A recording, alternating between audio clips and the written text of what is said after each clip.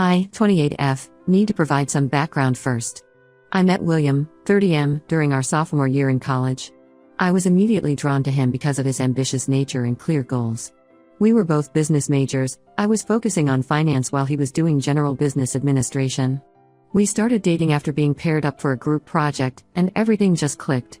Despite being broke college students, our dates were always special because William would cook these amazing meals in his tiny apartment kitchen. He learned cooking from his grandmother, who raised him after his parents died in a car accident when he was 12. Cooking was his way of keeping her memory alive, and I always found that incredibly touching. After graduation, we both landed great jobs. I started at a mid-sized investment firm, while William secured a position at one of the top financial companies in our city. We moved in together, got married 4 years later, and everything seemed perfect. William was climbing the corporate ladder quickly. He had a natural talent for analysis and client relationships. Within 5 years, he was promoted to senior financial analyst with a salary of over $150K annually.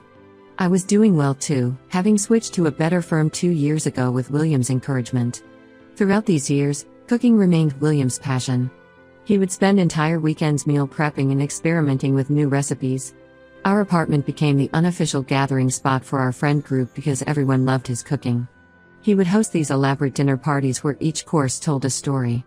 I remember one party where he created a 7-course meal based on our favorite travel memories together. It was his way of being creative while maintaining his corporate career. The change started about 4 months ago. William began talking more and more about feeling unfulfilled at work. He would come home exhausted and spend hours watching cooking shows and reading chef biographies. I noticed he was becoming less engaged in his job, but I assumed it was just a phase. Then, 3 months ago, he sat me down for what he called a life-changing conversation. He had been secretly researching culinary schools and found one that offered an intensive 18-month program. The school has a good reputation and has produced several successful chefs. He laid out his entire plan: quit his job, complete the program, work in various restaurants to gain experience, and eventually open his own place. He had spreadsheets, timelines, and even potential restaurant concepts mapped out. The catch? The program would cost us nearly all our savings, around $65K. This included tuition, materials, and basic living expenses during the program. We would have to live on my salary alone, which is decent but significantly less than our combined income. William had calculated that with some lifestyle adjustments, we could make it work. I was stunned but tried to be supportive. After all, he had always supported my career moves. When I wanted to switch firms 2 years ago, despite the initial pay cut, he encouraged me to think long-term.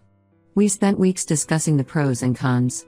I asked about part-time programs, but he insisted that the intensive program would give him the best foundation. We went over our finances multiple times, created detailed budgets, and worked out a plan. Everything looked manageable on paper, so I agreed.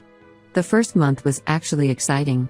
William was like a kid in a candy store, coming home every day with stories about different cooking techniques and showing me his knife skills. He would practice his lessons at home, and while the results weren't always perfect, his enthusiasm was infectious. I thought maybe this was exactly what he needed. But things started changing during the second month. The program is brutally demanding. He leaves at 6 a.m. and often doesn't return until 8 p.m. or later. The physical demands of being on his feet all day, combined with the stress of learning everything from scratch, have taken a toll on him. He's constantly exhausted, irritable, and worst of all, he's lost interest in cooking at home. This last part really bothers me. Our weekends used to be filled with the smell of his cooking and the sound of friends laughing around our dinner table. Now, when I suggest having friends over, he says he's too tired. When I ask what he wants for dinner, he usually opts for takeout or something simple like pasta. The passionate cook who used to spend hours perfecting a sauce now barely has the energy to heat up leftovers. The financial strain is starting to show too. We had to cancel our planned trip to Europe, something we've been saving for over a year. We've cut back on all non-essential expenses. I've started taking extra projects at work to make up for the lost income. We're not in dire straits, but the comfort and security we worked so hard to build is slipping away. Last week, I discovered something that really shook my trust. While organizing our home office, I found papers for a personal loan of $20K that William had taken out without discussing it with me. When I confronted him, he said it was for essential equipment and additional workshops that weren't included in the original program cost. He argued that these extras would give him an edge in the industry. I was furious, We had always been transparent about our finances, and this felt like a huge betrayal of trust. Every time I try to discuss my concerns, William gets defensive. He reminds me that I agreed to this change and accuses me of not believing in him. He talks constantly about his future restaurant plans, but all I can think about is our dwindling savings and mounting stress. Yesterday, he mentioned wanting to extend his program by taking some advanced courses, which would mean even more time and money. I'm starting to realize that maybe I was naive in thinking this transition would be smooth. The William I knew was organized, responsible, and always considered our partnership in his decisions. This new William seems willing to sacrifice our financial security and relationship stability for his dream. While I admire his courage to pursue his passion, I'm terrified that he's being impulsive and unrealistic. I love him deeply, and I want him to be happy, but I'm really starting to regret supporting this decision. Our comfortable, stable life has been turned upside down, and I'm not sure if it's worth it. Sometimes I catch myself resenting him for choosing this path, and then I feel guilty for these thoughts. I don't know if I'm being selfish or practical. Should I continue supporting this dream, or is it time to have a serious conversation about going back to his corporate job? Edit to add, a lot of you have mentioned that I should give it more time since it's only been 3 months. You're probably right. I think the sudden lifestyle change and financial stress are making me panic. I'll try to be more patient and supportive while keeping an eye on our finances. Update 1: I want to thank everyone who commented on my original post. Many of you suggested I was being too hasty in my judgment and needed to give William more time to adjust to this massive life change. Your words made me reflect on my reaction, and I decided to try harder to understand his new world. Last week, I planned a surprise visit to his culinary school during their lunch break. I picked up food from his favorite deli, the one where we had our first date in college, thinking it would be a nice gesture to show my support. When I arrived at the school, the scene I walked into changed everything. I found the classroom area easily enough, but William wasn't there. A student directed me to one of the practice kitchens, saying he often spent extra time there. When I walked in, I saw William with a young woman who I would later learn was Sarah, 25F. They were standing very close together at a cooking station, and he was guiding her hands while teaching her some kind of cutting technique. What struck me was how relaxed and happy he looked, a complete contrast to the exhausted, irritable person I see at home. When they noticed me, William seemed startled, almost jumping away from Sarah. He quickly introduced us, and Sarah was overly friendly in a way that immediately set off alarm bells in my head. She kept touching William's arm while talking and referring to inside jokes I didn't understand. She mentioned how William had such a natural teaching ability and how lucky she was to have him as her practice partner. But what really caught me off guard was when she casually mentioned their weekend study sessions at her apartment. According to her, they've been meeting regularly to practice recipes and techniques. This was news to me. William had told me he was practicing at school during those weekends.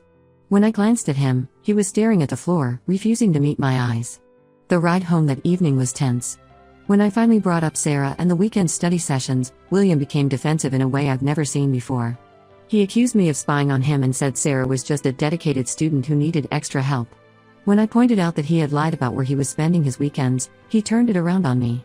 He claimed my negativity about his career change was pushing him away, and he needed to spend time with people who actually supported his dreams. That argument led me to do something I should have done weeks ago. I went through our credit card statements in detail. What I found made my stomach turn.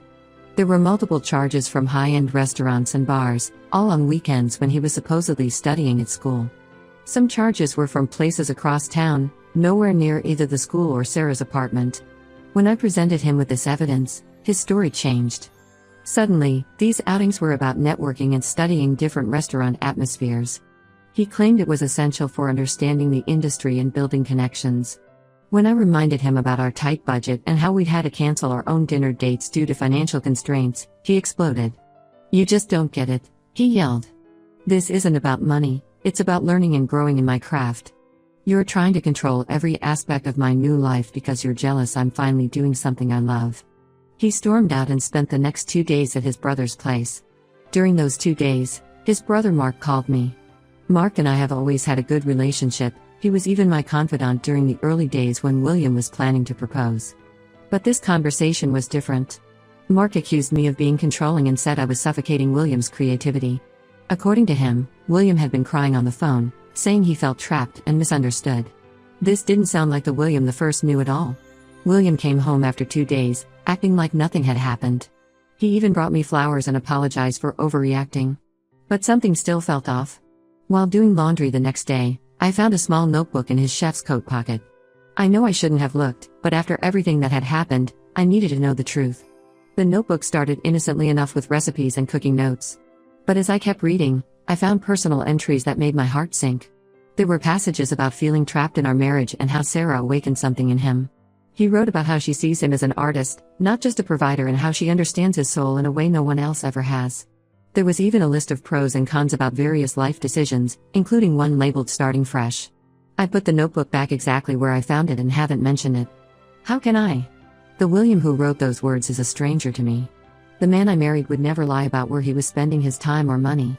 He would never hide his feelings in a secret notebook instead of talking to me. He would never let someone else come between us. I've started quietly preparing for whatever might come next. I opened a separate bank account and transferred part of my salary there. I've been documenting everything, the lies, the hidden expenses, the times he's been unaccounted for. I've even taken photos of the credit card statements, though I feel horrible about being this suspicious of my own husband. I don't know what to do next. Part of me wants to confront him about everything, the notebook, the lies, Sarah. But another part is terrified of what that conversation might reveal. Is this really about following his dreams, or is he using this career change to escape our marriage? Would exposing what I know push him further away or finally get him to be honest with me? For now, I'm watching and waiting, feeling like a stranger in my own marriage. The worst part is that I still love him, and I catch myself hoping this is all just a phase brought on by stress and major life changes. But deep down, I'm starting to think our marriage might be another casualty of this dream. Update 2: the truth finally exploded in my face last week, and it was even worse than I imagined. It started with an email from an address I didn't recognize, with the subject line "Your husband and my girlfriend." The sender was Robert, Sarah's boyfriend of 3 years. Robert's email was detailed and devastating. He had discovered the affair after finding Sarah's phone unlocked while she was in the shower. What he found was months of messages between her and William, dating back to almost the beginning of the culinary program. He sent me screenshots of their conversations, saying I deserved to know the truth just like he did. Reading through those messages was like watching a train wreck in slow motion. It started innocently enough with discussions about recipes and techniques, but quickly evolved into personal conversations. William complained about me to her, saying I was too focused on the practical side of life and didn't understand his artistic spirit. They mockingly referred to me as the banker in their messages, laughing about how I was too stupid to see what was happening right in front of me. The messages revealed that their study sessions were mostly spent at high-end restaurants, where William would spend hundreds of dollars on tasting menus and wine pairings. They justified it as research for their future business together. Yes, you read that right, they had plans to open a restaurant together after graduation. That $20,000 personal loan? A significant portion went towards their market research dinners and initial business planning for their future cafe. Sarah played her part perfectly, regularly stroking William's ego with messages about how talented and misunderstood he was. She called him her culinary soulmate and said I was holding him back from greatness. William ate it up, telling her she was the only one who truly understood his passion. What hurt the most were the messages where they planned their future together.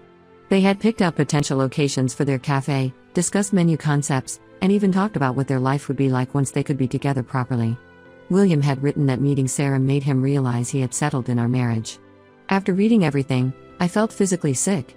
I spent the whole day in bed, alternating between crying and feeling numb. But then anger took over. I printed out all the messages, laid them out on our dining table, the same table where he used to cook those romantic dinners for me, and waited for him to come home. When William walked in and saw the papers, all the color drained from his face. His first words weren't "I'm sorry" or even a denial. Instead, he said, "How did you get these?" Even in that moment, his primary concern was getting caught, not the pain he caused. The conversation that followed was both painful and enlightening. When backed into a corner with evidence, William's true colors came out.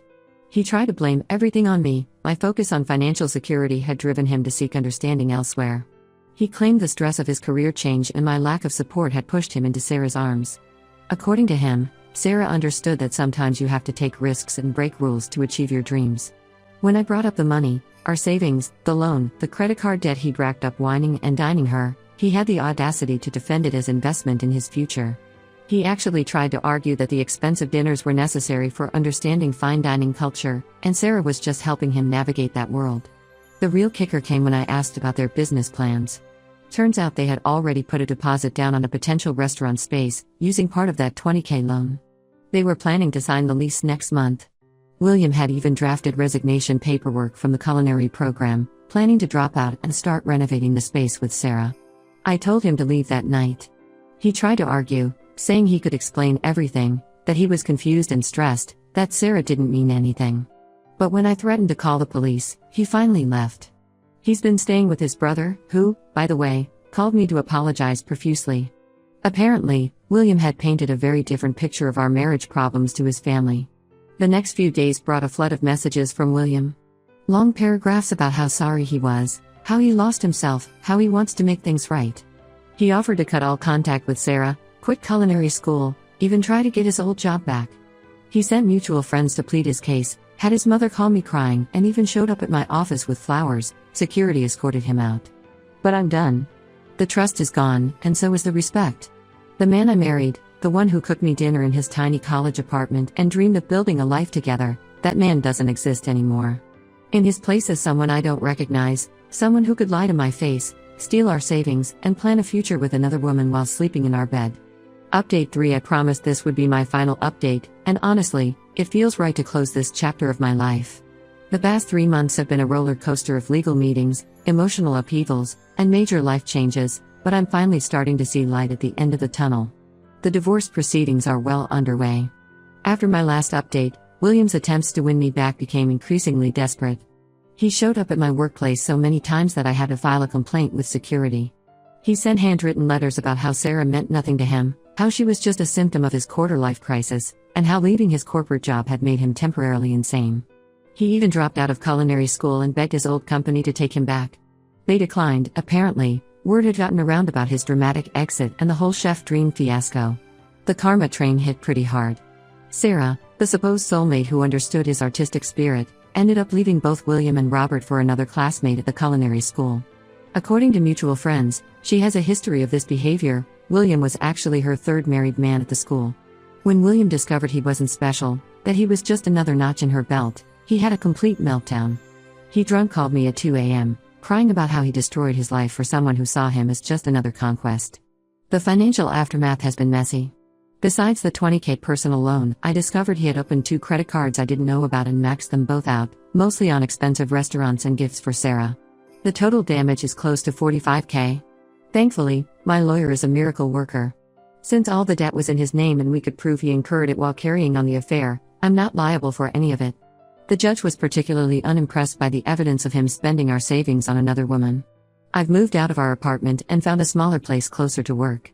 It's an adjustment, going from our spacious 2-bedroom to a 1-bedroom unit, but it feels like my space. No memories here, no ghosts of dinner parties past. I'm slowly rebuilding my savings and focusing on my career. I actually got promoted last month, which feels like the universe's way of saying I made the right choice. Some of our mutual friends think I should give William another chance. They point out that he's suffered enough. He lost his career, his dreams, his reputation, and his savings all at once. He's working as a line cook at Applebee's now, making barely above minimum wage. His brother told me he's living in their parents' basement and can barely make the minimum payments on his debt. They say he's learned his lesson. But I can't go back. The trust is completely shattered, and I'm not interested in being anyone's consolation prize or safety net. William didn't just cheat on me, he systematically lied to me, stole from our future, and locked me to his affair partner. He was willing to throw away 10 years of marriage for a fantasy that lasted less than 3 months. That's not something therapy can fix. The irony of it all isn't lost on me. He left a 6-figure job to chase his culinary dreams, and now he's making burger platters at a chain restaurant. He wanted to be a respected chef with his own restaurant, and instead, he's living in his parents' basement at 30. Sometimes I wonder if he thinks his artistic spirit was worth the price. As for me, I'm doing better than I expected. The divorce should be finalized in a few months. My lawyer thinks we might even be able to get William to pay some of my legal fees given the circumstances. I've started taking cooking classes, partly to reclaim something he tainted, and partly because I refuse to live on takeout forever. My new place has a small but functional kitchen, and I'm slowly learning to enjoy cooking for myself. I've had a few friends try to set me up on dates, but I'm not ready. Right now, I'm focused on rebuilding my life and rediscovering who I am without William. Maybe someday I'll trust enough to love again, but for now, I'm content with my independence and peace of mind. Sometimes the best revenge is simply living well.